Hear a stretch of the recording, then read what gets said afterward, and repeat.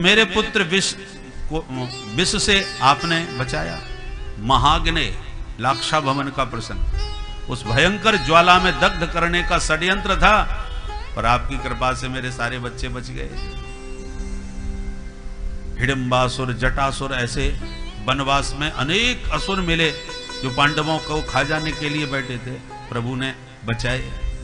असत सभाया, उन कौरवों की दुष्ट सभा में जहां द्रौपदी की कोई सुनने वाला नहीं था, प्रभु आपने न बचाया होता मेरी कुलवधू की लाज, तो आज हम लोग जीवित रहने योग्य न रह जाते।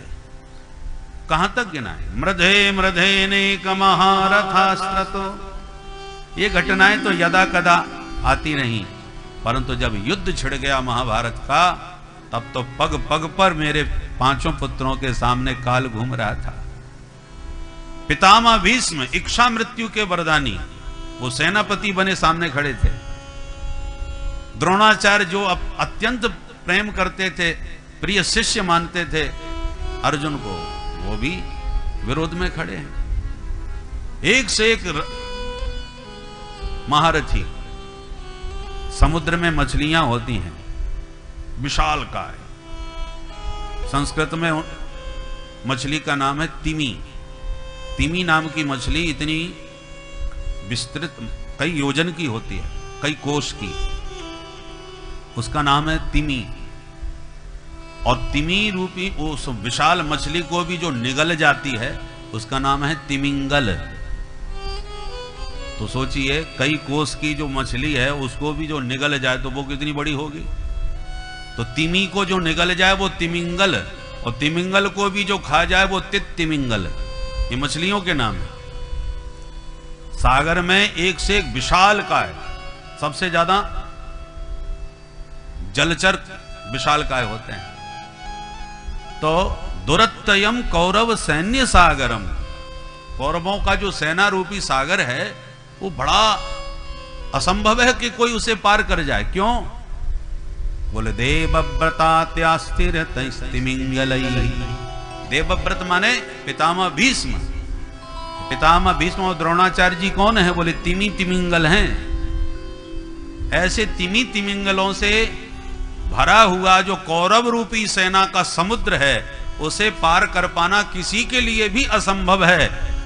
परंतु दुरत्ययम कौरव सैन्य सागरम कृत्वा तरन वत्स पदम स्मयत प्लवाः। आप अपनी कृपा की नौका बन करके आए, पांडवों को बैठाए और ऐसे पार लगा दिया जैसे गाय के बछड़े के पैर का गड्ढा कोई आराम से लांघ करके निकल जाता है। गोवत्स पदम, गाय के बछड़े के पद के बराबर आपने इस महाभारत जैसे समुद्र को पार लगवा दिया। किसी पांचों पुत्रों में किसी को आंच भी नहीं आने दी। भगवान हंसने लगे और बोले, बुआ आपको पता होना चाहिए कि महाभारत में अस्त्र से भी हाथ नहीं लगाया अपने राम ने। लड़ने भिड़ने की दुबाती जाने दो, हम लड़े भिड़े कुछ है नहीं, अस्त्र उठाया तक नहीं, और आप पूरा श्रेय हमको दे रही हो कि हमने बचा लिया सबको। तो हमने उसमें क्या किया? कुंती मैया बोली, कन्हैया तुम करते हुए दिखाई तो नहीं पड़ते, परंतु इतना मैं जानती हूं आप जो चाहते हो वही होता है।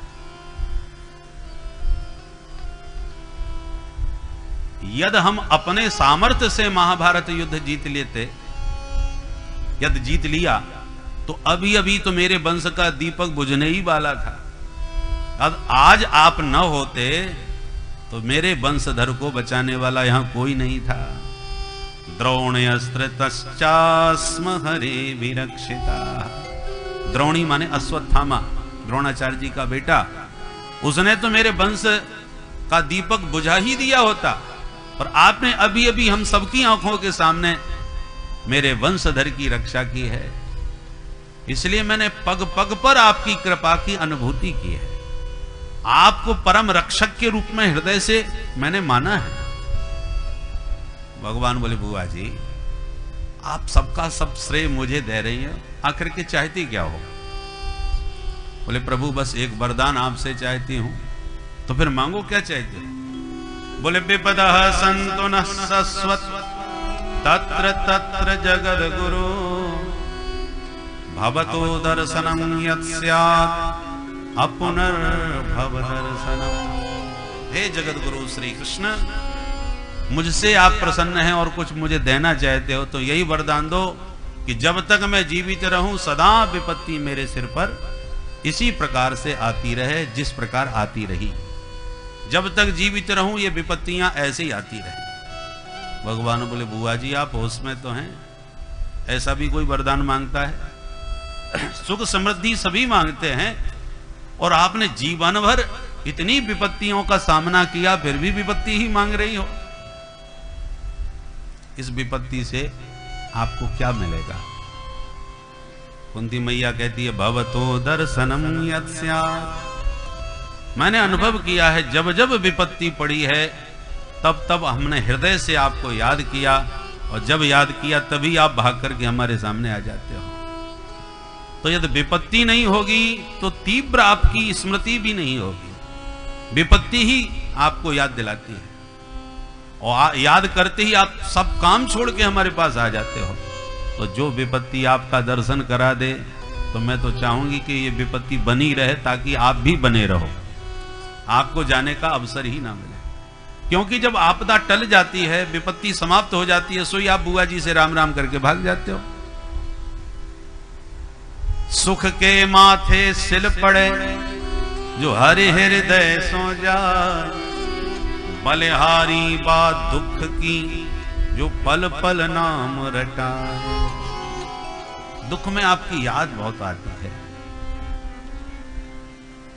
और याद का उल्टा क्या है? दया। जीव जितनी तीव्रता से याद करता है भगवान उतनी शीघ्रता से दया करते हैं, उसकी याद को ही दया में परिणत कर देते हैं। इसलिए प्रभु भवतो दर्शनम, विपत्ति आपका दर्शन कराती है। भगवान बोले बुआ यदि ये बात है तो सारे कार्यक्रम स्थगित, मैं कहीं नहीं जा रहा, आपके पास ही हूं। तो जो प्रभु रथारूढ़ होकर के जाने को तैयार खड़े थे उन्होंने तुरंत अपनी यात्रा को स्थगित कर दिया और बुआ का हाथ पकड़ के उनके भवन में प्रविष्ट हो गए। बोलो भक्त वत्सल भगवान की। पांडवों को लगा चलो कुछ दिन तक और श्री हरि का सुखद सानिध्य प्राप्त होगा,